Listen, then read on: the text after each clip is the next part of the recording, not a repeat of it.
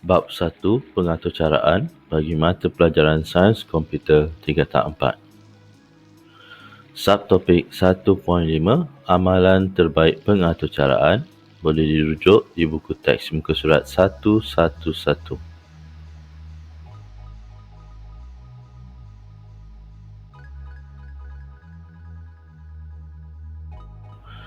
Hari ini kita akan lihat kepada amalan terbaik pengaturcaraan. Amalan terbaik pengaturcaraan ini adalah merujuk kepada cara pengaturcara dapat mempraktikkan amalan-amalan yang biasa akan diikuti bagi menghasilkan sebuah aturcara yang baik. Bagi membentuk amalan terbaik pengaturcaraan, yang pertama kita memerlukan indent yang konsisten. Kemudian kita juga memerlukan jenis data yang boleh menepati pemboleh ubah yang akan digunakan. Yang ketiga, pemboleh ubah juga perlulah bermakna dengan apa yang akan kita cuba gunakan. Dan yang terakhir, kita memerlukan komen bagi menjelaskan sesuatu perkara pada setiap baris atau cara. Perkara ini boleh kita ringkaskan di dalam aturcara ini. Okey.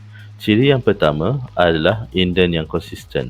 Maksud indent yang konsisten adalah kita memastikan setiap baris adalah menepati apa yang kita perlukan. Daripada contoh ini dapat kita lihat penggunaan setiap baris selari dengan pernyataan-pernyataan yang berkaitan sahaja. Ciri yang kedua adalah jenis data. Apabila kita menggunakan jenis data, pastikan jenis data yang kita gunakan itu adalah menepati apa yang kita cuba gunakan.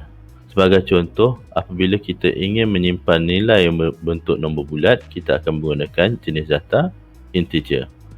Apabila kita ingin menyimpan nombor perpuluhan, kita akan menggunakan jenis data jenis double ataupun float. Selain daripada ini, kita juga boleh menggunakan jenis data string bagi perkataan ataupun ayat.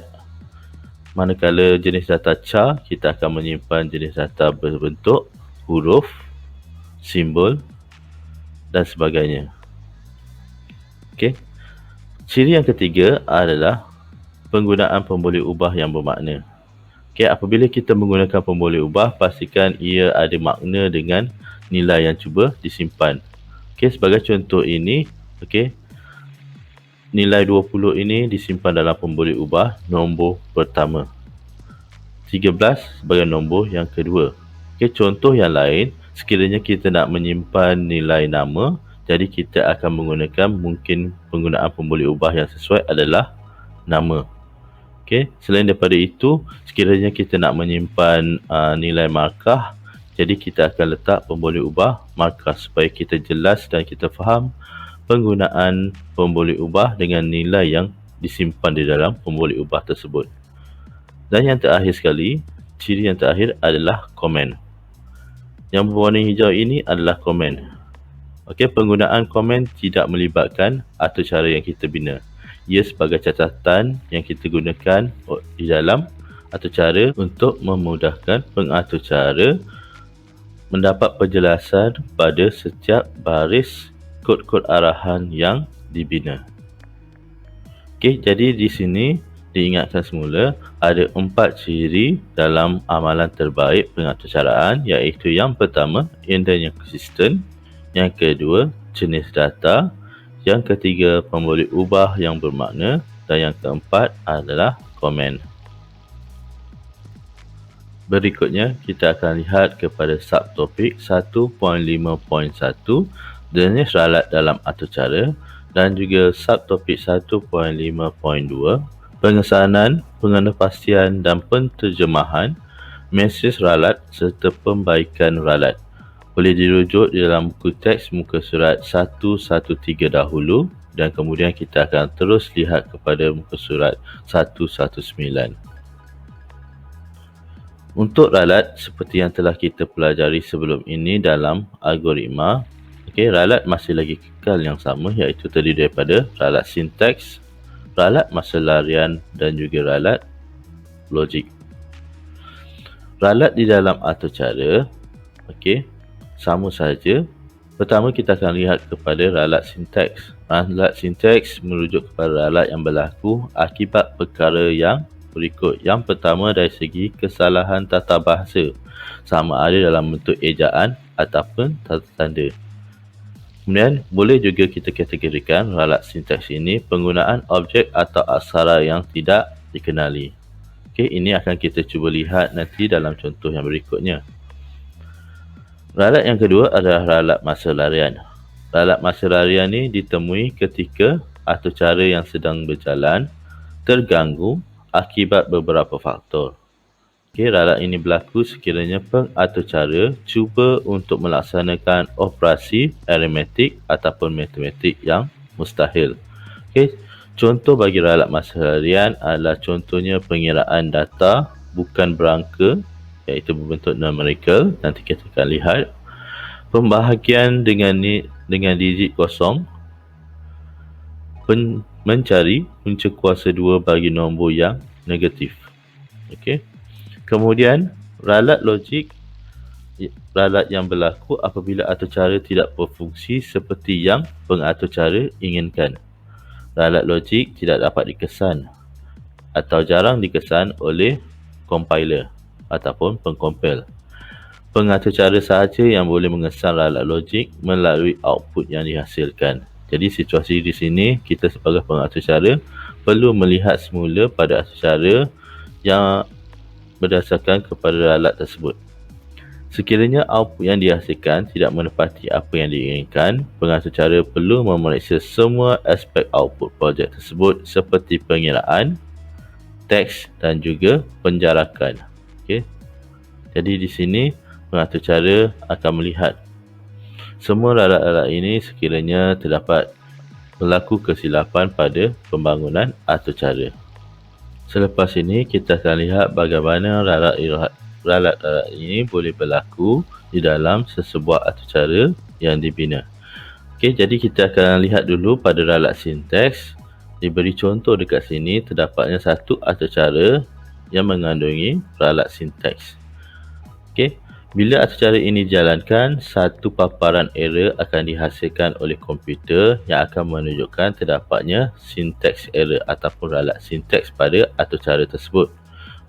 Di mana pengguna perlu memasukkan simbol libation ni.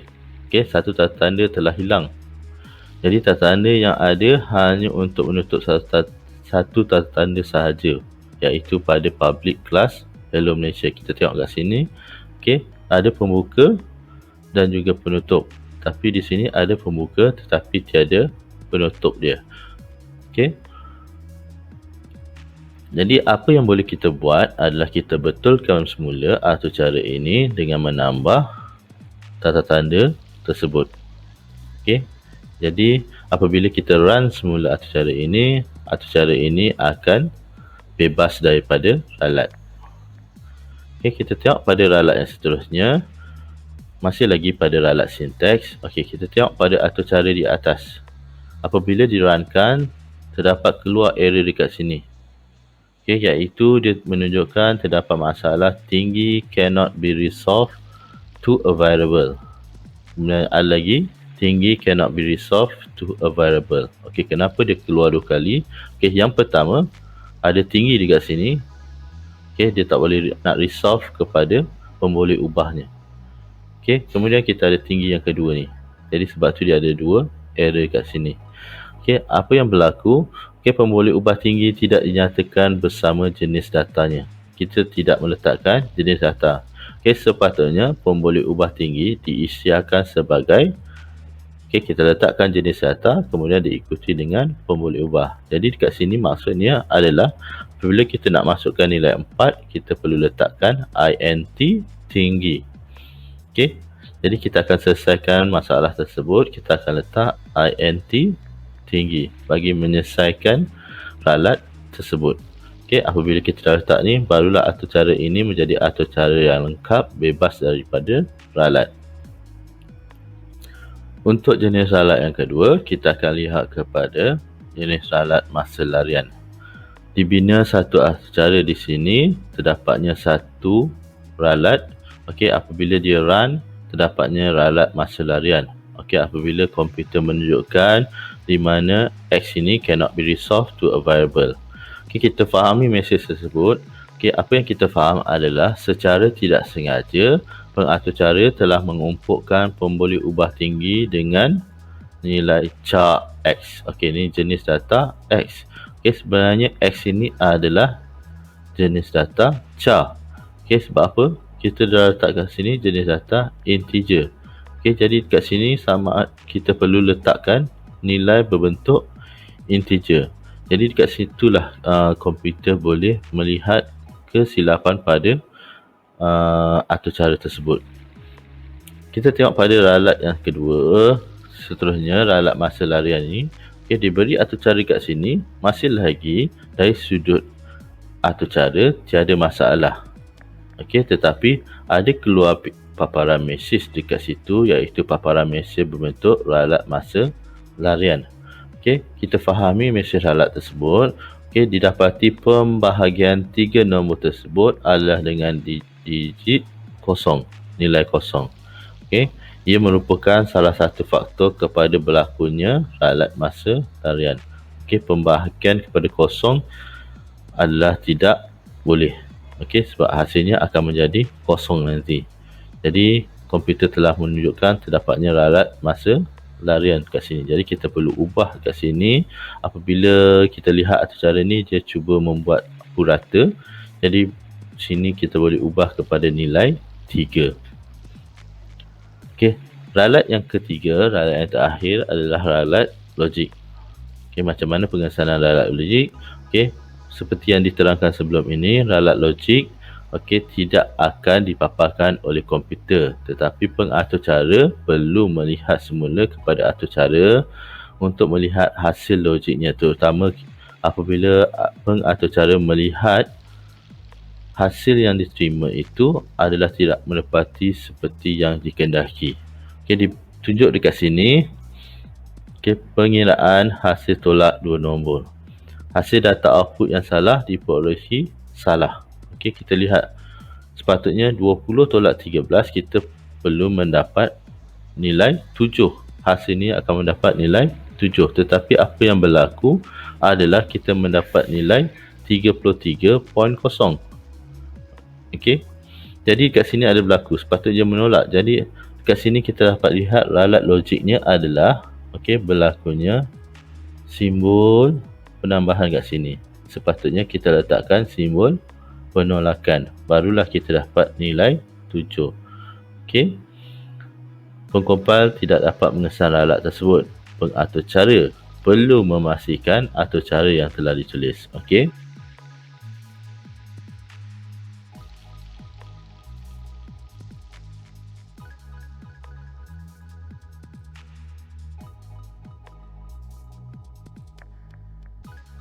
seterusnya kita akan lihat pada topik 1.5.3, mengenal pasti nilai bagi pemboleh ubah pada bahagian tertentu atau cara. Boleh dilihat dalam buku teks muka surat 122. Pada topik ini kita akan lihat macam mana penggunaan pemboleh ubah dan nilai yang disimpan di dalam atur cara tersebut. Okey, jadi di sini ditunjukkan contoh atur cara yang diberikan. Pemboleh ubah yang digunakan adalah berbentuk jejari dan juga luas bulatan. Okey, manakala di baris yang ketiga ni kita lihat ini juga merupakan pemboleh ubah tapi berjenis pemalar. Okey, sebab apa? Kita nampak final dekat sini. Jadi kita tahu ia adalah pemalar di mana nilai 3.142 ni, nilai ini tersimpan dalam pemboleh ubah pi ni, dan pi ni tidak nilai dia tidak akan berubah sepanjang atur cara. Okey, jadi kita akan fokus kepada jejari dan juga luas bulatan. Okey, jadi pemboleh ubah kita akan letakkan sebagai kolom yang pertama. Kemudian kita ada input dan juga output.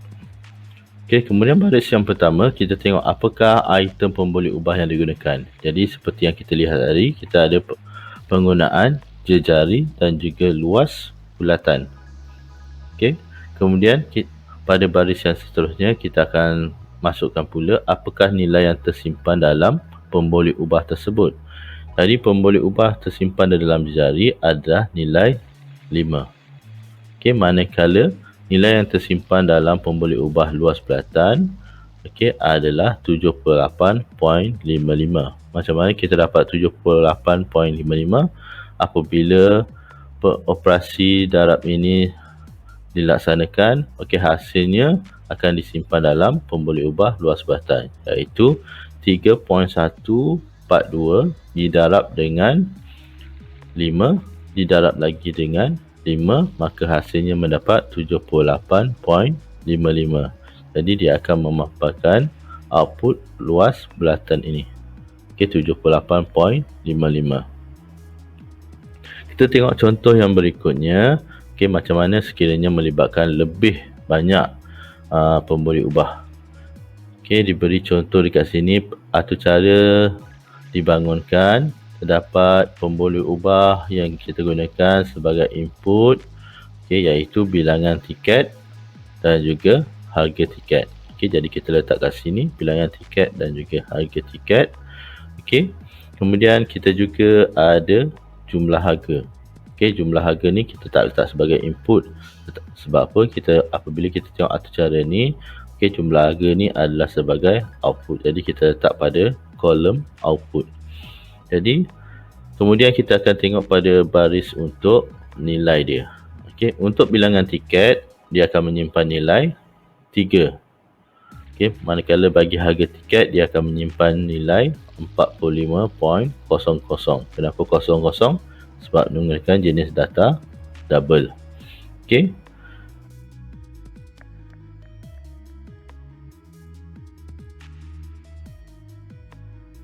Berikutnya subtopik terakhir, kita akan lihat kepada 1.5.4, penghasilan atau cara yang mudah yang dibaca dengan menggunakan gaya yang baik dari segi penggunaan komen, nama pemboleh ubah yang bermakna dan juga indent. Kita boleh rujuk pada buku teks muka surat 124. Pada subtopik yang terakhir ini, kita akan imbas semula penggunaan amalan terbaik pengaturcaraan, iaitu kita ingat semula penggunaan indent yang konsisten, memastikan setiap baris adalah bersesuaian dengan fungsi yang ingin kita jalankan. Kemudian ciri yang kedua, kita ada jenis data. Pastikan jenis data yang digunakan adalah bersesuaian dengan nilai yang cuba disimpan. Yang ketiga, pastikan juga kita menggunakan pemboleh ubah yang bermakna, iaitu bersesuaian dengan nilai yang disimpan. Dan yang terakhir, penggunaan komen adalah amat sesuai dalam sesebuah aturcara supaya kita faham pada setiap baris aturcara yang kita tuliskan mempunyai maksud-maksud yang tertentu supaya kita mudah untuk menyemak semula. Jadi keempat-empat ini pastikan digunakan dalam sesebuah aturcara supaya ia menjadi satu amalan pengaturcaraan yang baik.